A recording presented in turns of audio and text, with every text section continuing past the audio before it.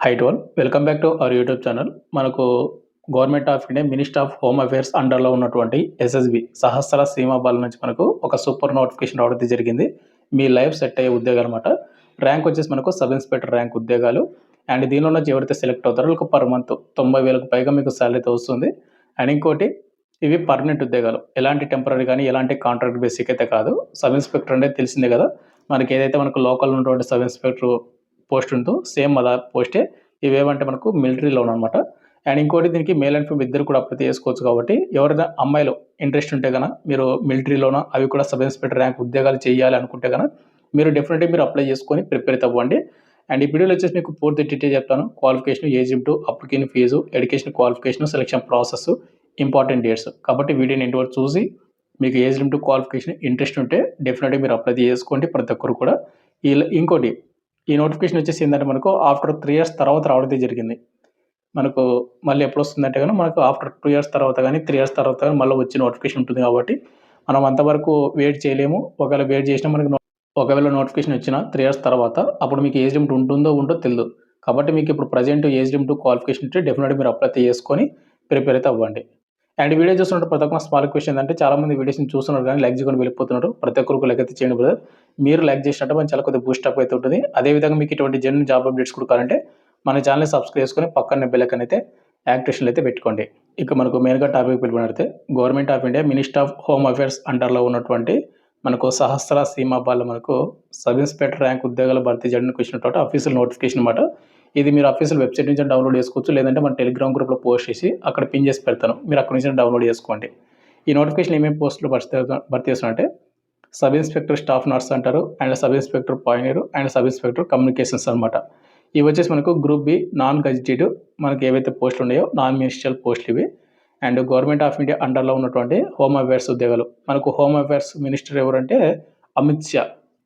మనకు defence minister ఎవరంటే రాజ్‌నాథ్ సింగ్. ఇది మీరు కొద్దిగా క్లారిటీ అయితే పెట్టుకోండి. ముందుగా వచ్చేసి మనకు ఇంపార్టెంట్ డేట్స్. వాళ్ళు ఏమని చెప్తున్నారంటే మనకు ఎప్పుడైతే ఎంప్లాయ్‌మెంట్ న్యూస్ పేపర్‌లో వస్తుందో ఆ డేట్ నుంచి మనకు 30 డేస్ వరకు ఆన్‌లైన్ ద్వారా అప్లై చేసుకునే అవకాశం అయితే ఉంటుందని వాళ్ళు మెన్షన్ చేశారు. మనకి ఎంప్లాయ్‌మెంట్ న్యూస్ పేపర్ మనకి ఎప్పుడొచ్చిందంటే మనకు మార్చి 21 అయితే రావడం అయితే జరిగింది. అండ్ మీకు నోటిఫికేషన్ కూడా అదే డేట్‌న రిలీజ్ అయింది. మార్చి 31 నుంచి మనకు ఏప్రిల్ 20 వరకు అప్లై చేసుకోవచ్చు. నెక్స్ట్ మంత్ 20 తేదీ వరకు.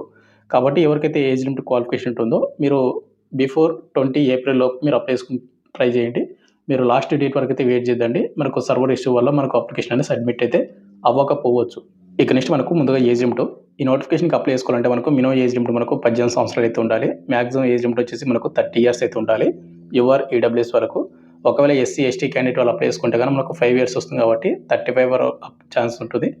ఇక ఓబీసీ వాళ్ళకు 3 ఇయర్స్ ఉంటుంది కాబట్టి 33 వరకు అప్లై చేసుకోవడానికి ఛాన్స్ అయితే ఉంటుంది. అండ్ ఎక్స్ సర్వీస్‌మెన్ క్యాండిడేట్ వరకు 3 ఇయర్స్ వాళ్ళకు కూడా 33 ఇయర్స్.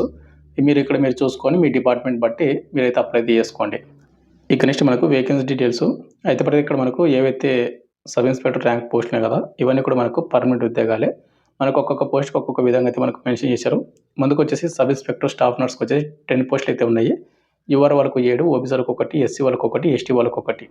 సబ్ ఇన్స్‌పెక్టర్ పాయనీర్‌కి వచ్చేసి 21 అయితే ఉన్నాయి. యువర్ క్యాండిడేట్ వాళ్ళకు 12, ఈడబ్ల్యూఎస్‌లకు 1, ఓబీసీలకు 3 అండ్ ఎస్సీ వాళ్ళకు 3, ఎస్టీ వాళ్ళకు 2 వేకెన్సీ. సబ్ ఇన్స్‌పెక్టర్ కమ్యూనికేషన్స్‌కి వచ్చేసి 20 వేకెన్సీ అయితే ఉన్నాయన్నమాట. యువర్ వాళ్ళకు 9, ఈడబ్ల్యూఎస్‌లకు 1, ఓబీసీలకు 5, ఎస్సీ వాళ్ళకు 5. ఇక ఎస్టీ వాళ్ళకైతే పోస్టులు అయితే లేవు. అయితే ఇక్కడ మీకు కేటగిరీలో పోస్టులు ఉంటే అప్లై చేసుకోండి. ఒకవేళ లేదంటే యువర్ క్యాండిడేట్‌లో కూడా మీకు ఏజ్ లిమిట్ ఉంటుంది కాబట్టి బిలో 30 ఇయర్స్ ఉంటే మీరు యువర్ క్యాండిడేట్‌లు కూడా అప్లై చేసుకోవచ్చు. అండ్ ఇంకోటి ఇక్కడ మీకు వేకెన్సీలు మీకు తక్కువైతే ఉన్నాయైతే అనుకోవద్దండి.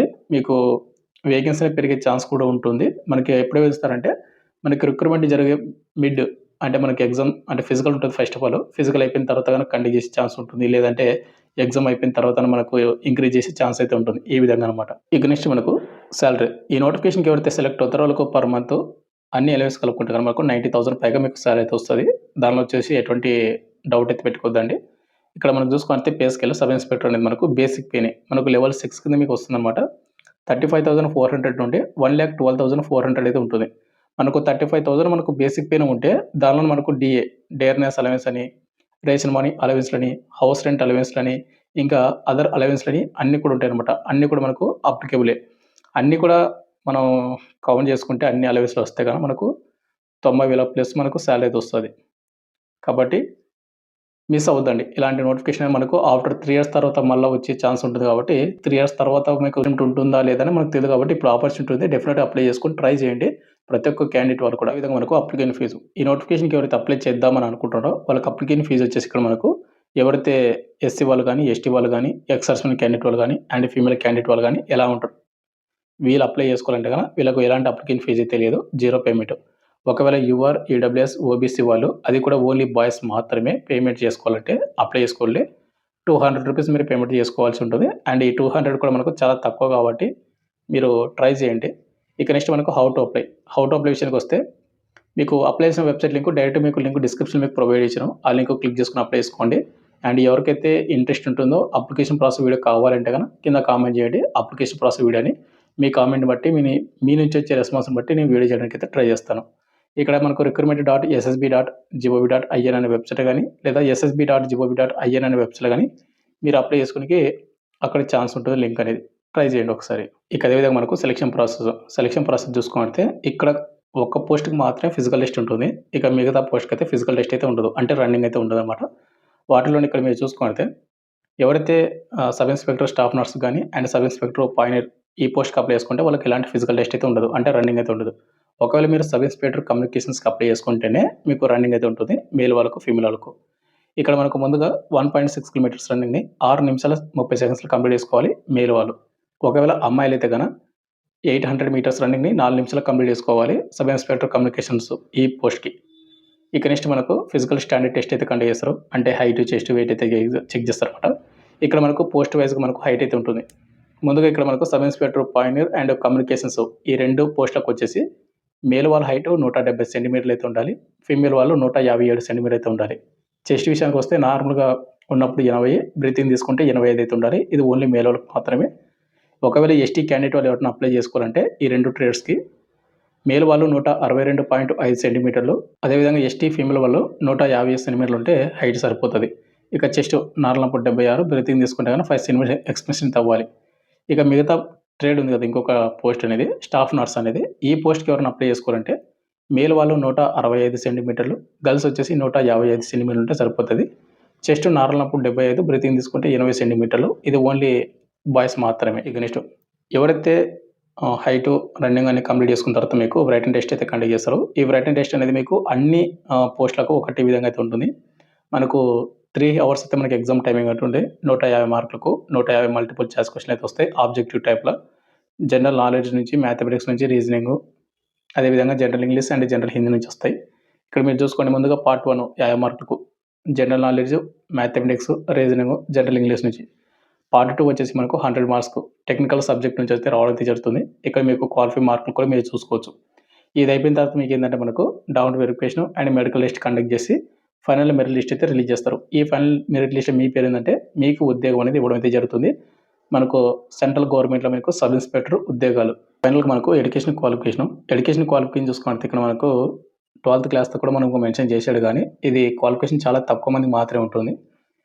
ఇక్కడ ముందుగా వచ్చేసి కానిస్టేబుల్, స్టాఫ్ నర్సు మీకు బిలో 30 ఇయర్స్ ఉండాలి. అది మీకు ఆల్రెడీ ఏజ్ లిమిట్ మీకు చెప్పాను. క్వాలిఫికేషన్ విషయానికి వస్తే 12థ్ క్లాస్ పాస్ అయి ఉండాలి. అదేవిధంగా 2008 లోపు డిప్లొమా మీరైతే కంప్లీట్ చేసుకొని ఉండాలి 3 ఇయర్స్ అనేది. అది కూడా ఏందంటే general nurse and mid wife ఏదైతే ఉందో మిఫ్రీ వాటి విభాగంలోను అండ్ సెంట్రల్ నర్సింగ్ కౌన్సిల్‌లో గాని లేదా స్టేట్ కౌన్సిల్‌లో మీరు రికగ్నైజ్డ్ అయితే అయినటువంటి ఇన్‌స్టిట్యూట్‌లో గాని మీరు చేసి ఉండాలి. ఇది ఉన్నటువంటి వాళ్ళు చూసుకోండి ఒకసారి. ఉంటే గనక డెఫినెట్‌గా మీరు అప్లై చేసుకోండి. ఇంకోటి మీరు రిజిస్టర్ అయితే అయ్యి ఉండాలన్నమాట. సెంట్రల్ నర్సింగ్ కౌన్సిల్‌లో గాని లేకుంటే స్టేట్ నర్సింగ్ కౌన్సిల్‌లో గాని మీరు general nurse and mid wife ఏదైతే ఉంటుందో ఆటి విభాగాల్లో మీకు రిజిస్టర్ అయితే అయ్యి ఉండాలి. ఇక మిగతా పోస్ట్ ఏవైతే ఉన్నాయో సబ్ ఇన్స్‌పెక్టర్ పాయినీరు మనకు bachelor degree in civil engineering complete చేసుకుంటే గనక అప్లై చేసుకోవచ్చు. సబ్ ఇన్స్‌పెక్టర్ కమ్యూనికేషన్స్‌కి వచ్చేసి బ్యాచిలర్ డిగ్రీ ఇన్ ఎలక్ట్రానిక్స్ గాని అండ్ ఎలక్ట్రానిక్స్ అండ్ కమ్యూనికేషన్స్ గాని లేదా కంప్యూటర్ సైన్స్ గాని, ఇన్ఫర్మేషన్ టెక్నాలజీ ఇంజినీరింగ్ గాని ఆర్ సైన్స్ గాని with physics, chemistry and mathematics విభాగంలో మీకు ఉంటే గనక మీరు కంపల్సరీగా ఈ పోస్ట్‌లకు మీరు అప్లై చేసుకునే అవకాశం అయితే ఉంటుందని వాళ్ళు మెన్షన్ చేశారు. కాబట్టి ఇక్కడ ఇచ్చినటువంటి ఏదో ఒక క్వాలిఫికేషన్ ఉంటే గనక మీరు డెఫినిట్‌గా అప్లై చేసుకోండి. ఎవరైతే సెలెక్ట్ అవుతారో వాళ్ళకు మీకు 90,000 పైగా మీకు సాలరీ అయితే వస్తది. ఇది మంచి ఆపర్చునిటీ. ఇది సెంట్రల్ గవర్నమెంట్ ఉద్యోగం. స్టేట్ గవర్నమెంట్ ఉద్యోగం అయితే కాదు. మనకు అదర్ అలవెన్స్‌లు అనేవి చాలా వస్తూనే ఉంటాయి సెంట్రల్ గవర్నమెంట్ జాబ్స్‌కి. ఇంకోటి మనకు every month time to time salaries అయితే పడతాయనమాట. స్టేట్ గవర్నమెంట్‌లో అయితే మనకు 1-2 డేస్ అటు ఇటు గాని, లేకుంటే సమ్‌టైమ్స్ లేట్ అవుతాయి గానీ, సెంట్రల్ గవర్నమెంట్ జాబ్స్‌కైతే మనకు ఏదైతే ఒకటో తారీఖే మనకు సాలరీ అనేది మన అకౌంట్‌లో క్రెడిట్ అవుతది. కాబట్టి మీరు ఇలాంటి ఛాన్స్ అనేది మీరు మిస్ అవ్వద్దండి. Thank you.